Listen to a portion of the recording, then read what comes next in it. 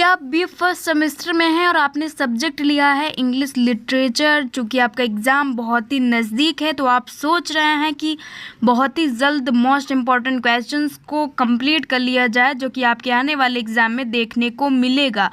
तो चैनल को अभी तुरंत सब्सक्राइब कर लीजिए और हाँ, लास्ट तक क्लास को देखिए, आपको खुद ही समझ में आएगा कितने ईजी तरीके से हम आपको सारे टॉपिक्स को बहुत ही कम समय में कंप्लीट करा रहे हैं ना। आज हम देखेंगे यूनिट नंबर फर्स्ट के मोस्ट रिपीटेड सभी क्वेश्चंस आंसर के साथ हिंदी में ट्रिक के साथ देखेंगे। और हाँ, ये भी देखेंगे कि ऐसे कौन से क्वेश्चन हैं जो आपके लॉन्ग में बहुत ज़्यादा पूछे जाते हैं, शॉर्ट में पूछे जाते हैं और वर्ड लिमिट के साथ बताएंगे। वर्ड लिमिट, अगर आप पूरे वर्ड लिमिट को कवर करते हैं तभी आपको पूरे नंबर मिलेंगे किसी भी क्वेश्चन से।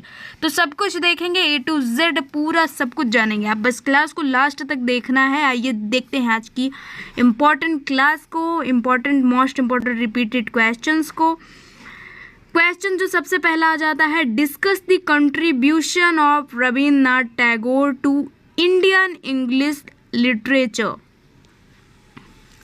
जैसा कि आप जानते होंगे कि यूनिट नंबर फर्स्ट में आपको पढ़ना है कंट्रीब्यूशन ऑफ इंडियन राइटर, यानी जो भारत के प्रमुख लेखक हैं इनका क्या योगदान है इंग्लिश लिटरेचर में, इन्होंने कैसे अपने रचनाओं के माध्यम से इंग्लिश लिटरेचर में जो है रचना की है, यही सब देखेंगे। तो सबसे पहला क्वेश्चन जो है आता है रविन्द्रनाथ टैगोर, जो कि फर्स्ट लेसन से आपका है।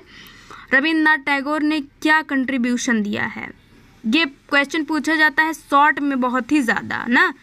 सोचिए, शॉर्ट में बहुत ज़्यादा क्वेश्चन आता है। ये यूनिट नंबर फर्स्ट का मोस्ट इम्पॉर्टेंट क्वेश्चन है, मोस्ट रिपीटेड, हर साल आपके एग्जाम में देखने को मिलेगा। आंसर कैसे लिखेंगे, वर्ड लिमिट कंप्लीट करते हुए 150 वर्ड्स के अंदर। शॉर्ट क्वेश्चन आपका 5 से 6 नंबर का आपके एग्जाम में ज़रूर से आता है और ये क्वेश्चन देखने के बाद आपके 5-6 नंबर समझ लीजिए कंप्लीट हैं, मिलने ही हैं आपको। तो रविन्द्रनाथ टैगोर जो हैं is the greatest poet of modern India. Rabindranath Tagore ये एक ग्रेटेस्ट, सबसे महान पोएट कवि कहे जाते हैं मॉडर्न इंडिया के, आधुनिक भारत के एक महान कवि हैं। कौन? रविन्द्रनाथ टैगोर, सबसे ग्रेटेस्ट, ये याद रखिए। And the first Asian Nobel laureate, और ये जो 1913 में इन्हें जो है पहली बार जो है फर्स्ट इंडियन थे जिन्हों को नोबेल प्राइज पुरस्कार दिया गया था। His Gitanjali is a spiritual and lyric masterpiece full of devotion, nature and universal brotherhood. इनको जो नोबेल पुरस्कार मिला है वो मिला है एक पॉपुलर, इनकी जो रचना है गीतांजलि पर, जिसमें कि इन्होंने स्पिरिचुअलिटी यानी आध्यात्मिक के बारे में, भक्ति के बारे में, ईश्वर भक्ति के बारे में, डिवोशन, नेचर यानी प्रकृति के बारे में, और यूनिवर्सल ब्रदरहुड यानी एक भाईचारे के साथ हमें कैसे रहना है पूरे विश्व के साथ, ये सभी बताया है गीतांजलि में, इनकी जो एक पॉपुलर रचना है। He presented Indian culture and philosophy in a simple but powerful English style. इन्होंने इंडिया का जो कल्चर है, भारत की जो संस्कृति है, दर्शन है, दृष्टिकोण है भारत का, उसको प्रस्तुत किया है अपनी रचनाओं के माध्यम से, बहुत ही सिंपल तरीके से लेकिन बहुत ही पावरफुल इंग्लिश स्टाइल के साथ में। His poetry combines patriotism, spirituality and humanism. इनकी जो पोएट्री है, इनकी जो कविताएं हैं वो कंबाइंस, इसमें क्या शामिल है, मुख्य रूप से देशभक्ति के बारे में, अध्यात्म के बारे में। अध्यात्म का मतलब होता है आत्मा और ईश्वर के मिलन के बारे में। ये बहुत ही ज़्यादा स्पिरिचुअल कहिए कि इस पे इन्होंने रचना की है, स्पिरिचुअलिटी के बारे में। ह्यूमनिज्म का मतलब मानवतावाद, एक इंसान का क्या कर्तव्य होता है, इन सभी के बारे में ह्यूमनिज्म में इन्होंने बताया। अब हिंदी में समझ लीजिए, जिसको बहुत ही देर तक आप आंसर याद रख पाएँ और एग्जाम में लिख सकें ना। तो टैगोर ने भारतीय संस्कृत को वैश्विक पहचान दी। न केवल भारत में इनकी रचनाएं पॉपुलर हैं बल्कि पूरे विश्व में हैं। गीतांजलि के लिए उन्होंने नोबेल पुरस्कार प्राप्त किया है। उनकी कविता मानवता, भक्ति, प्रकृति के प्रति गहरे प्रभाव दिखाती है। ये 3 टॉपिक्स आप जरूर से याद कर लीजिए कि इनकी रचना का मुख्य थीम क्या है, जो कि है मानवता, ह्यूमनिज्म के बारे में, भक्ति डिवोशन के बारे में, प्रकृति यानी नेचर के बारे में, ना। तो ये है कंट्रीब्यूशन रविन्द्रनाथ टैगोर जी का, जो आपके एग्जाम में बहुत ही ज़्यादा क्वेश्चन पूछा जाता है। अब हम देखेंगे सेकंड मोस्ट इम्पॉर्टेंट क्वेश्चन को, जो बहुत ही ज़्यादा, अगर लॉन्ग में ये क्वेश्चन आ गया तब तो 15 नंबर आपको मिलने ही मिलने हैं। अब हम देखेंगे second most repeated question. Second most important question जो आपके लॉन्ग शॉर्ट में दोनों में पूछा जा सकता है, और ये क्लास आप देखने के बाद बस आपको एक बार रिवाइज करने की ज़रूरत है एग्ज़ाम के एक दिन पहले, और बस आपका पूरा नंबर यहीं से आना है, ना।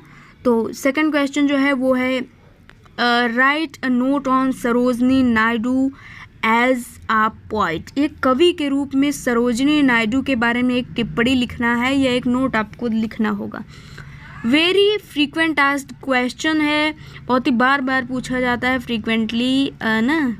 तो आंसर आपको 120, 150 लॉन्ग शॉर्ट जैसा आता है आप लिखिए। हम यहाँ पे आपको लॉन्ग की तरह लिख के बता रहे हैं, जिससे आपको 15 नंबर भी मिल सकते हैं अगर आ गया क्वेश्चन तो सरोजनी नायडू जो है वो है known as the nightingale of India. सबसे पहले इंट्रोडक्शन देंगे, जो भी राइटर्स हैं उनके बारे में थोड़ा लिखिए। इज़ अ फेमस, ये फेमस हैं, प्रसिद्ध हैं, हर लायरिकल एंड म्यूजिकल पोएट्री। इनकी रचना जो है बहुत ही ज़्यादा गद्यात्मक और म्यूजिकल संगीतमय है, बहुत ही ज़्यादा मीठा मधुर रूप में इन्होंने स्टाइल में अपनी रचनाओं को लिखा हुआ है। हर कलेक्शंस, इनकी जो प्रमुख रचना है देख लीजिए, the golden threshold and the bird of time, celebrate love, nature, Indian festival and patriotism. Theme क्या है इनकी रचनाओं का, याद कर लीजिए। पहला पॉइंट आप याद कीजिए लव, दूसरा नेचर, तीसरा इंडियन फेस्टिवल एंड चौथा patriotism. She used melody and imagery in a simple yet powerful manner. ये पिछले वाले भी आंसर में आपने देखा था, यानी ये वाला आप सभी के कंट्रीब्यूशन में लाइन ये लिख सकते हैं कि she used melody and imagery in a simple yet powerful manner. तो सरोजनी नायडू की कविताएं जो हैं वो गद्यात्मक हैं, संगीतमय हैं। उन्होंने प्रकृति प्रेम और राष्ट्रभक्ति का सुंदर चित्रण किया है। इनकी भाषा सरल और मधुर है, इसलिए उन्हें भारत की बुलबुल कहा गया। Most reported and important question ये था। Third important question unit number 1 से आता है, what is the contribution of Mulk Raj Anand. इनसे भी बहुत ज़्यादा क्वेश्चन आता है। मुल्कराज आनंद, सबसे पहले हमने रविन्द्रनाथ टैगोर को देखा था, फिर देखा था सरोजनी नायडू, अब हम देखेंगे मुल्कराज आनंद। इनके फिक्शंस के बारे में, ये एक इंडियन इंग्लिश में इनके जो फिक्शंस हैं इनका क्या कंट्रीब्यूशन है, फिक्शंस के द्वारा इन्होंने क्या योगदान दिया है। ये क्वेश्चन भी रिपीट होता है 3-4 ईयर्स के सर्कल में। आपका आंसर आपको 150, 180 वर्ड्स लॉन्ग शॉर्ट जैसे भी है लिख लीजिएगा। Mulk Raj Anand is the called the father of social realism in Indian English fictions.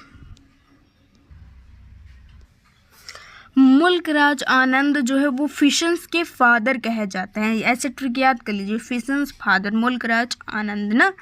His novel, इनकी जो फेमस नोवेल्स 1-2 याद कर लीजिए, ज़रूर से आता है आपके एग्जाम में, जो कि है अनटचेबल एंड कूली, जो कि हाईलाइट्स करता है, मुख्य रूप से दिखाता है पुअरिटी के बारे में, गरीबी, caste discrimination and struggles of the working class. मुख्य रूप से क्या विषय है इनकी रचनाओं का, जिसमें इन्होंने पुअरिटी के बारे में और जाति भेदभाव के बारे में और स्ट्रगल संघर्ष के बारे में बताया है। He gave voice to the voiceless and represented the pain of oppressed. जो दलित लोग हैं समाज में, शोषित लोग, इन सभी के इन्होंने जो इनके साथ अत्याचार हो रहे हैं इन सभी के बारे में अपनी रचनाओं में बताया है। His style is simple and realistic and full of sympathy for the poor. इनकी रचना जो है सिंपल स्टाइल में लिखी गई हैं, लेकिन पुअर्स के प्रति, जो गरीब हैं उनके लिए बहुत ही ज़्यादा सिंपैथी, यानी इन्होंने आनंद ने दबे कुचले वर्ग को आवाज़ दी। अछूत और कुली में उन्होंने जातिवाद और गरीबी को दिखाया है। वे यथार्थवादी लेखक थे। इसके बाद क्वेश्चन आता है, write a short note on R K Narayan. Are K Narayan पर एक शॉर्ट नोट लिखना होगा। मोस्ट कॉमन शॉर्ट क्वेश्चंस में बहुत ही ज़्यादा आता है, बस इसको आपको 80 एंड 100 वर्ड्स में इसका आंसर देना होगा, मान लीजिए शॉर्ट में आए तो आर के नारायण जो हैं वो 1906 2001 तक इनकी रचनाएं इन्होंने किया है। क्रिएट द फिक्शनल टाउन मालकुडी, मुख्य रूप से इन्होंने क्रिएट किया है एक फिक्शनल टाउन जो कि मालकुडी है, which represent the Saul of Indian middle class family, जिसमें इन्होंने जो इंडिया की मिडिल क्लास फैमिली है इसके बारे में बताया है। His novels like the guide and Swami and phrase use simple language. इनकी दो पॉपुलर रचना है, द गाइड एंड द स्वामी, ये दो, और इन्होंने बहुत ही सिंपल लैंग्वेज में लिखा है। Humorous and earthy, he is known for his humanism and realistic portrayal for common Indians. इन्होंने मानवतावाद के बारे में एक रियलिस्टिक, बहुत ही सजीव चित्रण किया है ना। नारायण ने भारतीय मध्यम वर्ग के जीवन, मिडिल क्लास फैमिली जो है इसके बारे में, उनकी कहानियाँ जो है सरल भाषा और हास्य से हंसने, जिन्हें पढ़कर लोग को हंसी आए, इस तरह से इन्होंने रचनाएं की है। मुल्कराज आनंद ने, चूँकि इनका नाम ही है आर के नारायण, तो मुल्कराज आनंद के बारे में अब हम देखेंगे अगला क्वेश्चन अब आता है, डिस्कस। मुल्कराज आनंद ज़्यादा पॉपुलर क्वेश्चन नहीं है, इसलिए हम देखेंगे, discuss the role of Shri Aurobindo in English poetry. भारतीय जो कविताएं हैं इसमें अरबिंदो का क्या योगदान है, क्या कंट्रीब्यूशन है। ओकेजनल है, बस बहुत ही इंपॉर्टेंट क्वेश्चन ये भी है, कैसे लिखेंगे, क्या कंट्रीब्यूशन है। Shri Aurobindo was a philosopher, Yogi and poet. 3 points याद कीजिए, फिलोसफर हैं, योगी हैं, पॉइंट हैं। हिज इविक सावित्री बहुत ही पॉपुलर इनकी रचना है, जिसमें considered a great spiritual poem in English. ये एक बहुत ही ग्रेट स्पिरिचुअल, आध्यात्मिक कविता है, पोएम है इन इंग्लिश में। He combined Indian mythology, spiritual and philosophy with English poetic techniques. His poetry reflect the soul journey toward God and the union of man and divine. यह आत्मा और ईश्वर के मिलन की बात करते हैं, जिसे ही कहा जाता है अध्यात्म ना। तो भारतीय आध्यात्मिक दर्शन को अंग्रेजी कविताओं में इन्होंने प्रस्तुत किया है। सावित्री में आत्मा और ईश्वर का मिलन दिखाया है अरबिंदो ने।